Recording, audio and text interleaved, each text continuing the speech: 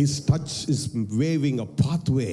The Lord is preparing a path for a greater purpose in your life. Hallelujah. அப்படியே தொடுதல் அதை உனக்குள்ள கொண்டு வருது. ஆண்டவர் விடல, முதல் தொடுதலை விட்டு முடிச்சு போயிடலாம். இவர் சூப்பர் நேச்சுரல் காட், இயற்கைக்கு அப்பாற்பட்ட விதத்தில் செயல்படுகிற ஆண்டவர். முதல் தொடுதலே கண்ணு போ, இனிமேட்டு பார்த்து நான் பண்ண ஓடு அப்படின்னு சொல்லல. முதல் தொடுதல்ல வழிதான் திறந்துச்சு. இரண்டாவது தொடுதல்ல என்ன பண்றாரு? ஒரு பெரிய அசைவை அவனுக்குள்ளே கொண்டு வருகிறார். அல்லேலூயா. இன்னைக்கு அதுல அர்த்தம் என்ன தெரியுமா? விட்டு கொடுக்காம கர்த்தர் எனக்கு வைத்திருக்கிறதை நான் பெற்றுக்கொள்ளுகிற வரையில அவரையே நோக்கி கொண்டிருப்பேன். அல்லேலூயா. விட்டு கொடுக்காம கர்த்தர் எனக்கு வைத்திருக்கிறதை நான் பெற்றுக்கொள்ளுகிற வரையிலே நான் விடுகிறது இல்லை. அல்லேலூயா. நான் உம்மை விடுவது இல்லை. அல்லேலூயா. ஓ, என் வாழ்க்கையுடைய திட்டங்கள் செயல்படுகிற வரையிலே நான் உம்மை விடுகிறது இல்லை. அல்லேலூயா. நான் அங்க பார்த்தது என்ன தெரியுமா? The perception what started opening in this man's life is about the purpose what God has for this man. இந்த மனுஷனுடைய வாழ்க்கையில கர்த்தர், இங்க பாருங்க, இந்த சம்பவத்துல மூன்றாவது அடுத்த வசனத்துல வாசிக்கும் பின்பு அவர் அவனை நோக்கி, நீ கிராமத்துக்குள்ளே பிரவேசியாமல் சொஸ்தமடைந்த யாவரையும் தெளிவாய் கண்டான். கிராமத்துக்குள்ள பிரவேசியாம, கிராமத்துல இதை ஒருவருக்கும் சொல்லாமல் இரண்டு சொல்லி அவனை என்ன பண்ணாரு? வீட்டுக்கு அனுப்பி விட்டாரு. அப்ப என்ன சும்மா பண்ணாரா? அல்லேலூயா. சும்மா பண்ணுவாரா? அல்லேலூயா. இதை நான் ரொம்ப ஆழமா திரும்பி உட்கார்ந்து ரிசர்ச் பண்ணேன். எதுக்கு இவ்வளோ பெரிய காரியத்தை செஞ்சுட்டு அவரு சொல்ல வேணாம் போ அப்படின்னாரு? அல்லேலூயா. எவ்வளவுக்குள்ள அந்த அற்புதத்தை அவன் சஸ்டெயின் பண்ணி கொள்றான். அல்லேலூயா. எவ்வளவுக்கு அந்த அற்புதத்தை, how much is he progressing in that and prospering in that miracle. அல்லேலூயா. நீ நிறைய பேருக்கு வந்த உடனே ஒரு அற்புதம் நடந்த உடனே அதோடு கூட அடுத்தது ஒரு அற்புதத்துக்காக தான் வர்றோம். ஆனால் அவருக்காக வாழுகிறதற்கு எவ்வளோ தீர்மானம் பண்ணுறான். அல்லேலூயா. அவருக்காக வாழ்கிறதுக்கு எவ்வளோ அசைக்க முடியாத ஒரு தீர்மானம் எனக்குள்ளே ஓடிக்கொண்டிருக்கிறது. ஆமென். அதுதான் கர்த்தர் எதிர்பார்க்கிறாரு.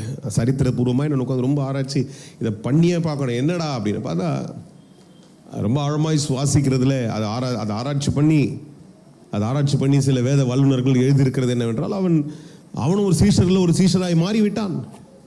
அல்லேலூயா. சீஷரில் ஒரு சீசனாக மாறி இயேசு செய்த அற்புதங்களை பல இடங்களில் போய் சொன்னவனா அவன் மாறி இருக்கிறான் என்று சொல்லிதான் இந்த மனுஷனுடைய பெயர் தெரியப்படாத இந்த மனுஷனுடைய சரித்திரம் சொல்லப்படுகிறது. அல்லேலூயா. God does not do something in your life just for something for his own publicity. அல்லேலூயா. பப்ளிசிட்டி உண்டாக்குறவர் ஆண்டவர் கிடையாது. ஆமென். ஆண்டவர் எந்த பப்ளிசிட்டிக்கும், அதனால்தான் இன்றைக்கும் சில ரியல் அற்புதங்கள் நடக்காமல் இருக்கிறது. அல்லேலூயா. இன்னைக்கு ஏன் ரியல் அற்புதங்கள் நடக்கல? இன்னைக்கு நிறைய அற்புதங்கள் பப்ளிசிட்டியாக மாறிடுது. ஆனால் ஆண்டவர் இன்னைக்கு செய்யணும்னு நினைக்கிற அற்புதங்கள் பப்ளிசிட்டிக்காக ஆண்டவர் செய்யறதில்லை. ஆமென். பெயர் பிரஸ்தாபத்துக்காய் விமர்சனத்துக்காய் கர்த்தர் செய்யவில்லை, ஒரு நோக்கத்துக்காய் கர்த்தர் செய்கிறவராய் இருக்கிறார். அல்லேலூயா. அந்த தொடுதல் என் வாழ்க்கையில வேண்டும் என்று வாஞ்சியாக இருக்கிற யாரா இருந்தாலும் இன்றைக்கு அந்த அற்புதம் நிச்சயமா உங்களுக்குள்ள நடக்கும் தேவ பிள்ளையே. அல்லேலூயா. அந்த தொடுதல் எனக்கு வேண்டும் அப்படின்னு யார் கேட்டாலும் இன்றைக்கும் அந்த அற்புதம் நிச்சயமாய் ஒரு முதல் தொடுதல் இதுவரையில் பெருசா எதுவும் பார்க்காம வாஞ்சியோடு கூட இருப்பீர்கள் என்றால் அப்படிப்பட்டவர்களுக்கு அந்த இரண்டாவது தொடுதலை கர்த்தர் உனக்குள்ளே கொண்டு வருவார்.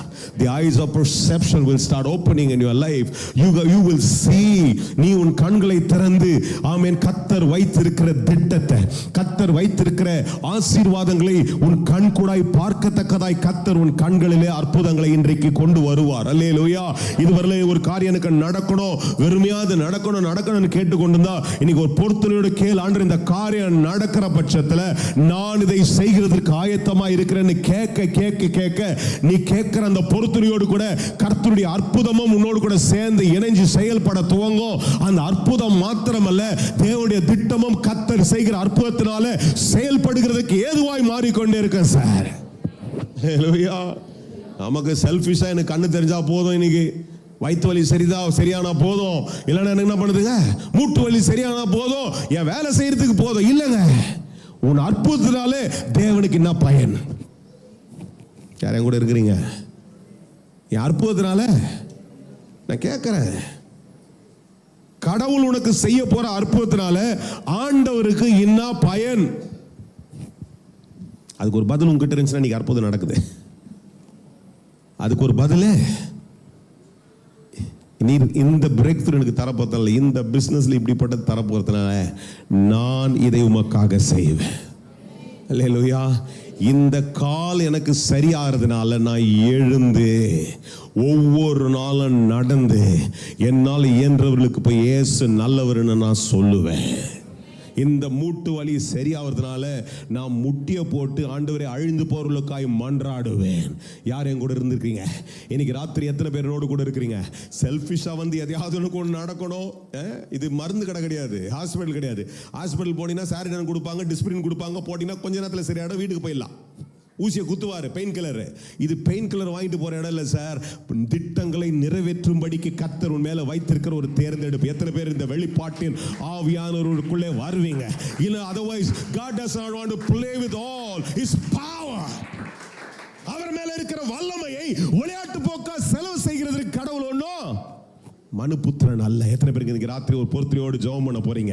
ஆமென். எத்தனை பேர் இருக்கிற இடங்கள் ஒரு பொறுத்தரையோடு, ஆண்டவரே இந்த ஒரு அற்புதம் என் வாழ்க்கையில நடக்கும் பொழுது, ஆண்டவரே if this miracle takes place in my life Lord God, I am committing to this Lord. ஆண்டவரே இதற்காக நான் செயல்படும்படிக்கு இன்றைக்கு ஆயத்தமா இருக்கிறேன். come on church, நம்ம எல்லாரும் ஜெபம் பண்ணலாம். எல்லாரும் இருக்கிற இடங்களை சொல்லுங்க, ஆண்டவரே போதும், நீ செய்யறதெல்லாம் போதும் நினைச்சினா போதாது. இன்னைக்கு ராத்திரி ஆண்டவர் இடத்துல சொல்றாரு, நான் நம்புறேன் இந்த மனுஷன் அவரிடத்துல கொண்டு வர வேண்டிக் கொள்ளும் பொழுது அவனுக்கு முதல் பார்வையில் அற்புதம் நடக்காத காரணம் என்னவென்றால் அடுத்த தொடுதலுக்கு அவருடைய ஒரு பொருத்தனையை கர்த்தர் பார்க்கிறார். அதுபோலதான் இன்றைக்கு இந்த ராத்திரில அடுத்த ஒரு தொடுதலை உன்னை தொடும்படிக்கு தேவன் எதையோ உன்னை கொண்டு செய்யும்படிக்கு அவருடைய அசை உனக்குள்ள வரும்படிக்கு ஆண்டவர் இந்த இடத்துல அந்த காரியத்தில் ஒரு தாமதத்தை காண்பித்துக் கொண்டே இருக்கிறார். நீ நினைக்கிற delay is a denial from God. Never. அந்த தாமதம் ஒரு நாளா தேவனுடைய மறுப்பல்ல, தேவனுடன் நிராகரித்தார் என்று சொல்லுகிறதற்கு அது ஒரு நாள் ஒரு பொருட்டு அல்ல.